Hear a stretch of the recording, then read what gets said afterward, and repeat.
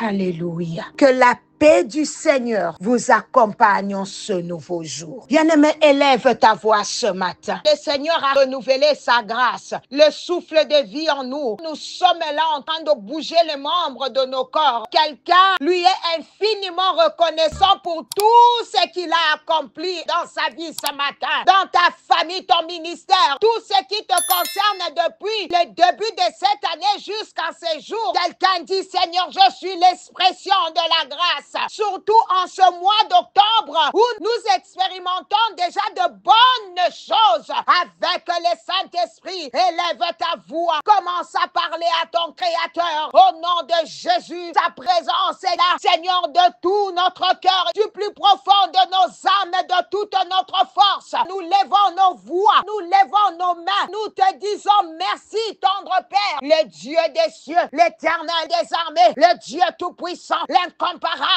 l'immuable, l'insondable, l'invincible. Qui est comme toi dans le ciel? Qui est comme toi ici-bas? Avant toi, il n'y avait point de Dieu. Et après toi, il n'y aura point d'autre Dieu. Tu es le tout-puissant, bien-aimé, prie.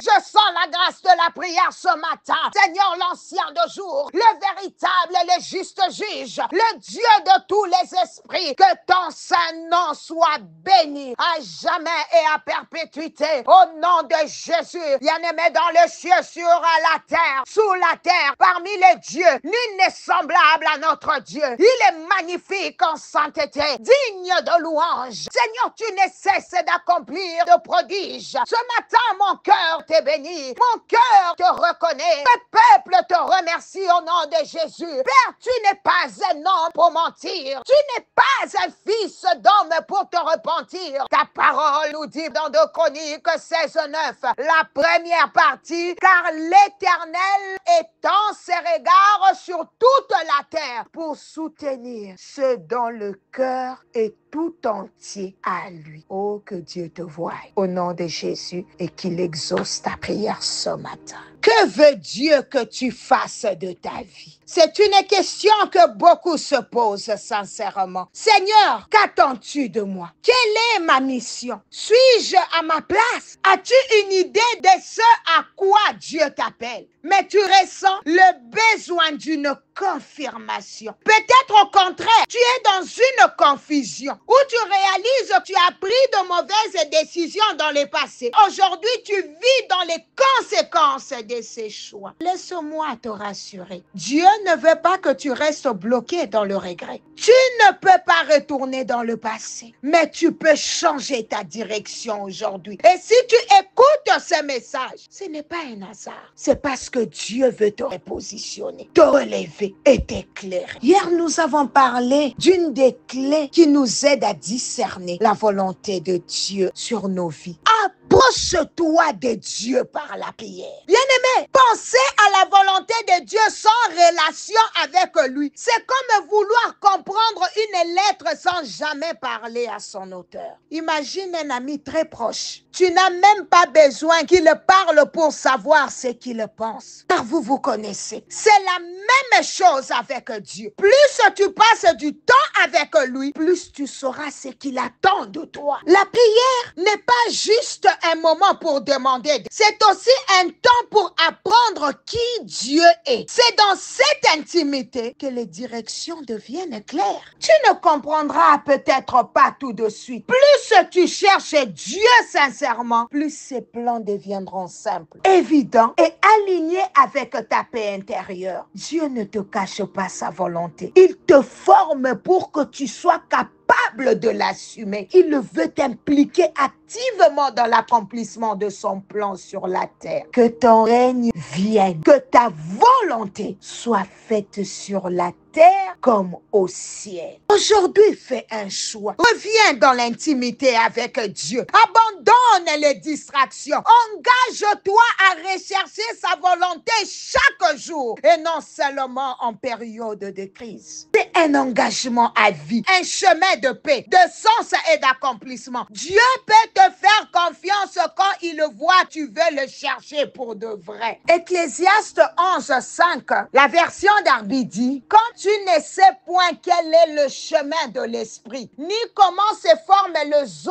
dans le ventre de celle qui est enceinte, ainsi tu ne connais pas l'œuvre de Dieu qui fait tout. Quand tu lis le verset d'avant et d'après, ce passage parle de la sémence. Et le verset 4 dit ceci, celui qui observe le vent ne s'aimera pas, et celui qui regarde les nuées ne moissonnera. Peu importe la situation que tu traverses actuellement, tu ôtes tes yeux, tes pensées de ces problèmes. Tu te tournes vers le Dieu de ta délivrance, le Dieu de ton salut. Tu t'attends à lui au nom de Jésus. Quelqu'un dit après moi, Seigneur, je prends l'engagement de faire tout ce que tu me mettras à cœur afin que je vive ta main puissante dans ma vie au nom de Jésus. Dans 1 Samuel 9, le jeune Saoul était à la recherche des ânesses perdues de son père. Et au chapitre 10, ton huile est descendue sur lui pour qu'il soit chef de son héritage. À cause de cette rencontre avec la puissance, les bonnes choses, les changements soudains et positifs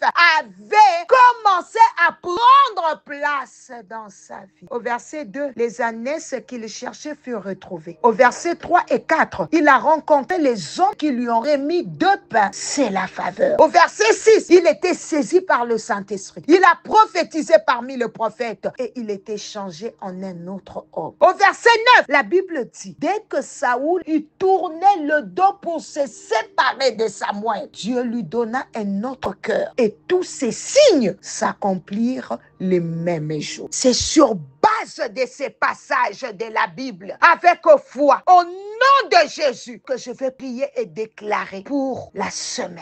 Bien-aimé, je prie ce matin. Paix. D'abord, je te dis merci pour ta fidélité et tes bontés dans nos vies au nom de Jésus. L'homme n'est pas maître de son souffle pour le retenir. Personne n'a la capacité de maintenir, de renouveler le souffle de Dieu dans sa vie. Yahweh, ce matin, nous reconnaissons que c'est par ta grâce, c'est par le privilège. Venons encore de voir et d'entrer dans cette nouvelle semaine que tu nous as fait entrer depuis hier. Je prie et je décrète que ce mardi 7 octobre, que cette journée soit pour toi une journée de lumière, de clarté et de direction divine. Que Dieu bénisse ton travail, tes rendez-vous, tes projets, que toute confusion s'efface au nom de Jésus. Seigneur, en ce mardi 7 octobre, nous te rendons grâce pour ta présence. Merci de ne pas nous abandonner dans la confusion. Merci de nous tendre la main, même lorsque nous nous sommes égarés. Nous te prions de renouveler notre intelligence, d'ouvrir nos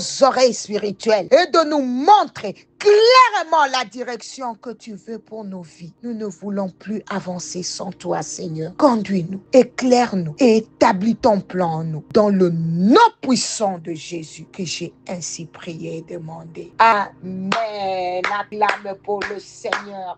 Amen, alléluia, que le Seigneur te bénisse. C'était bien l'humble servant de l'Éternel, Maman Nathalie Lukula. Bien-aimé, partage les appels matinales pour édifier les âmes. Et pourquoi ne pas peupler le royaume des cieux à partir de ces merveilleux travaux que tu fais? Toi aussi, à ton tour, si tu ne t'es jamais abonné sur notre chaîne et tu ne fais que dépendre de la personne qui t'envoie les appels matinales, peut-être que tu te retrouves dans un groupe et tu attends toujours que la personne envoie pour prier. Abonne-toi. Écris groupe Le Réveil Spirituel. Appuie sur la cloche afin de recevoir individuellement les vidéos. Nous passons du lundi à vendredi. 4 heures juste, heure de Kinshasa. Deviens indépendant, deviens un agent des appels matinales pour édifier les autres. Car la Bible déclare, c'est lui qui arrose, sera arrosé. Arrache ta part de bénédiction.